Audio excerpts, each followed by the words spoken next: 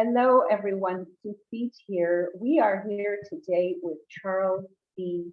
Ticker, mediator and state litigator. And we're here to talk about an interesting topic. How brief should a brief be? How brief should a mediator's brief be? So, Charles, what do you say about that? The word is brief. So I know as a mediator, I appreciate a brief that doesn't go on and on. And we put a number of pages to it, but certainly I don't think you want to go beyond, 15, 20 pages if at all possible, and less is more. Does it depend, Charles, on the complexity of the case, or does it depend on the number of facts in dispute, or what does the ideal length of a brief depend on? Well, there's no question that the more complex the case or the more issues involved, it may take more time to put it all down on paper, and therefore it's longer. But having said that,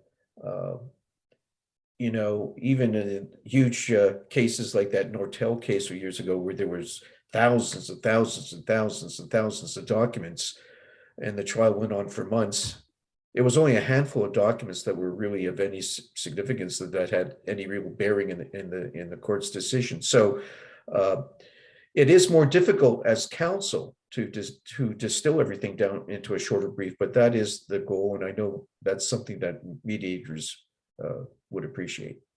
That reminds me of that old Mark Twain thing about, if you want me to give a speech, if you want it to be short, it will take me 3 weeks, but if you can give me a long speech, I'm ready to go right now. I don't have the quote exactly right, but it harkens to what you just said.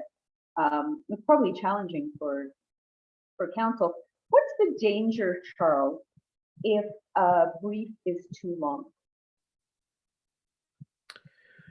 Well, the danger is, I guess, is that the mediator is not going to be going to have time to read everything or absorb everything. But I know I always read all the material, at least the brief. But sometimes what you have in the briefs now is you could have 50 attachments of documents, each document having several pages, so you can get a total brief of hundreds of pages.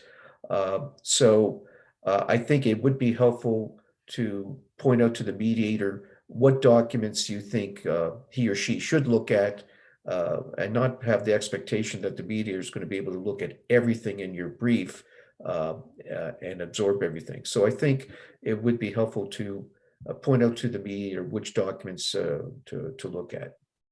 What's the danger, Charles, if a mediation brief is too short? Well, if it's too short, then you're probably going to spend more time at the mediation getting more background, and so the mediator has a better sense of what's going on. But in my experience, to cut to the chase of any dispute, it doesn't take that long, and usually, you can distill everything in terms of what's really important to the parties, in terms of their interests, on one piece of paper. So I think what happens is counsel, when they're writing briefs for court and they're trying to be persuasive and sell their position and put everything in there, so that's what they're doing for a court or for a judge. For a mediator who's not deciding anything, your job is not to sell your case, but to basically set out your position and your interests, and because I don't really think the mediator is going to care who wins or loses the case. The mediator is there to help the parties make a deal. So as a mediator yourself, Charles, have you ever seen a brief that's just one page? I mean, have you ever received a one-page bullet point cut to the chase brief? Well, not quite that short, but I've seen briefs just a couple of pages and from one counsel, and tens of pages from the other counsel. And were they valuable? Was the two-pager valuable? Well, yes, because in those 2 pages, you had a sense of what the issues were and what the important facts were, and you had a good sense of, I got a good sense of the case. I remember one mediation I had where I got a banker's box, with 12 volumes, with thousands of pages of documents. And I called up the counsel. I said, you really expect me to go through all this? And he said, oh, no. He said, I'm just trying to scare the other lawyer, let him know, what a strong case we have.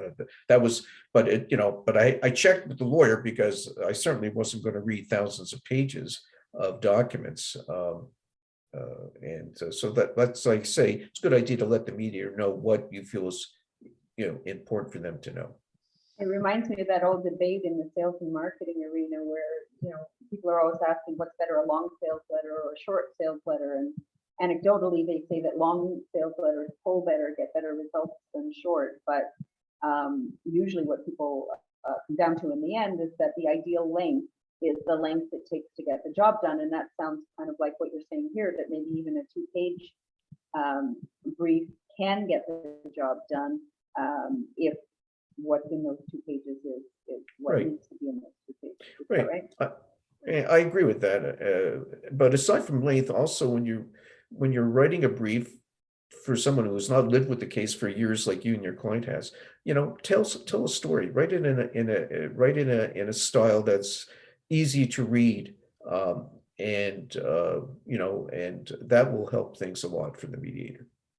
That reminds me of Lord Denning. Tell a story. What a great idea.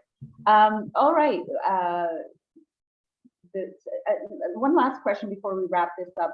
As a mediator yourself, and as counsel in mediations, have you seen mediators limit the length of briefs? Like, does your agreement with your mediation agreement limit the number of pages, or have you seen other mediators try to limit the number of pages, or should that be left up to the lawyers? I don't put a limit on pages. I believe there is something in our introductory letter to counsel that say, try to keep your materials brief. We would appreciate that. I haven't come across any mediators putting page limits, but I think on an ad hoc basis, if I as a mediator, 2-3 nights before the mediation, someone gave me a brief that, was 100 pages long of just the brief, not without the attachments. I might pick up the phone and say, I'll read it, but next time, I'd appreciate it if it was a little shorter or please point out to me what you think I need to know. You got to remember, like, mediators, like lawyers, are busy, and it's just like when judges get all these materials and they have to read it the night before and they say, I've read the material. Yeah, they might have read the material, but how much have they actually absorbed? So I think when you're writing a brief, whether it's for mediation or court, you want to tell a story and you want to maybe summarize at the end. So the key points that you want the mediator to know resonate, and not, otherwise everything's just going to get buried. All right, there you have it. Charles B. Ticker, mediator and estate litigator, answering the question, how brief should a brief be? Thank you very much, Charles. My pleasure.